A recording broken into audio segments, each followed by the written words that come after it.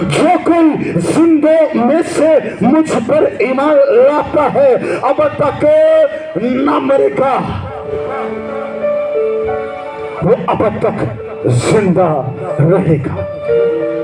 ہاللیلویا۔ اب میں آپ سے ایک اور بات جاننا چاہتا ہوں کہ بائبل مقدس میں کتنی قیامتیں ہیں؟ کوئی بھی بائبل مقدس میں 2 قیامتوں کا ذکر ملتا ہے ہمیں، جن کو پہلی اور دوسری قیامت کے نام سے منسوب کیا گیا ہے، اور اس بات کا ذکر ہمیں ڈینیل کے صحیفہ کے اندر ملتا ہے۔ ڈینیل 12 باب کی 2 آیت کے اندر ہمیں اس بات کا ذکر ملتا ہے،